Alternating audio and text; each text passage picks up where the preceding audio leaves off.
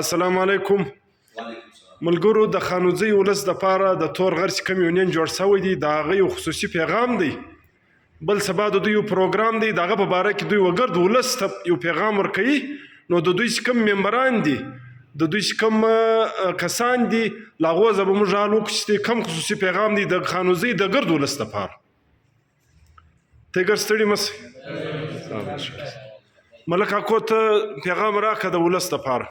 عمران خان الله د تعالی ولي اوله خبره دا ده چې موږ پروګرام جوړ کړی دی پر 19 تاریخه د بوت په ورځ د 10 بجو ځه د الکوانو سکول یعنی بویز های سکول خانوزۍ تر هر څو پورې چې بیا دوام ولري پروګرام به شروع وي.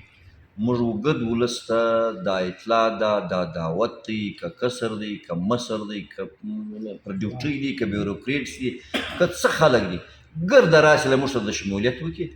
موږ د دغو خلکو تعاون ضروري دی چې خامخا راسي امن امان چې دی. موږ ډېر دا یوه میاشت موږ ستړي کړي یو، ولس یې ستړي کړی دی. نو موږ یو پالیسي جوړه کړې ده، دا پالیسي به دوی ته سناب شي، دوی ته به خبره وشي، دوی به هم پر دغه سره وږایېږي. موږ به هم که موږ یو څه کمې بیشې څه وي هغه به دوی راپوره کړي، از موږ په دغه کې به اضافه وشي.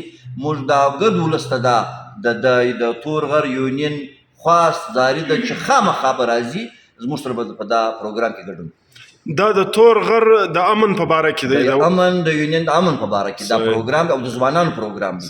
د خانوزۍ دا یونین چې کوم جوړ شوی دی د 80 کسیزه یونین و، د دغو 15 کسه دوی ټاکلي. دا 15 کسو دا کوم کار چې دا 2 میاشتې یا یوه نیم میاشت کړی دی، دغه دا پروګرام چې ولګر موږ دا غوښتی دی، موږ دا سوچ کړی دی چې ګردي ولس یې واره زموږ غږ واوري، موږ خبره سره یې وشي، بیا به لا عمل چې کوم طریق دی هغه به عمل.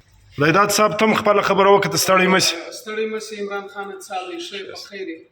د تور غر یونین لخوا زه دا خبرتیا ده و ټول ولس خانوزۍ ته چې پر 19 تاریخه د بوت پر ورځ بوایز های سکول کې چې هر سړی دی وروره فردن فردن کور په کور، مطلب موږ ورته ویلي هم دي او د دا ستا د ویډیو په توسط سره موږ وګرد ولس ته دا پیغام ورکوو چې هر سړی پر 10 بجې باید چې ځان راورسوي او ټیم خیال وساتي. کور مودان کور د خانوزۍ ولس دپاره یو خصوصي پیغام دی. دا د خانوزۍ تور غر یونین دی، د دوی ممبران دي. دغه وګرد ولس خانوزۍ ولس ته دا دعوت ورکړی دی پر 17 تاریخ انشاءالله د بوت پر ورځ سهار پر 10 بجې.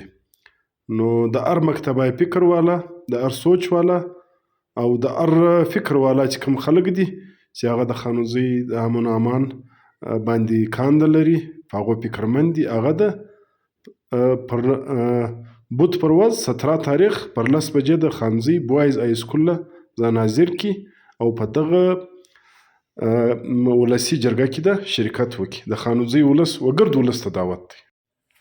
دغه پروګرام چې دی د ولسي جرګې دا د بوت پر ورځ پر 17 تاریخ دی، دا د خانوزۍ او د تور غر د امن و امان په باره کې دی. خصوصي پروګرام دی. دا اوس د دغه یونین میټینګ شروع، خصوصي میټینګ و د بل سبا دپاره. په دا پروګرام کې د خانوزۍ وګرد ولس ته دعوت دی، باید هر څوک شرکت وکړي او خپل ځان حاضر. دغه ویډیو شیر چا که وګوري دا پیغام د شیر کړي او نور خلک هم خبر کړي د ولس څخه.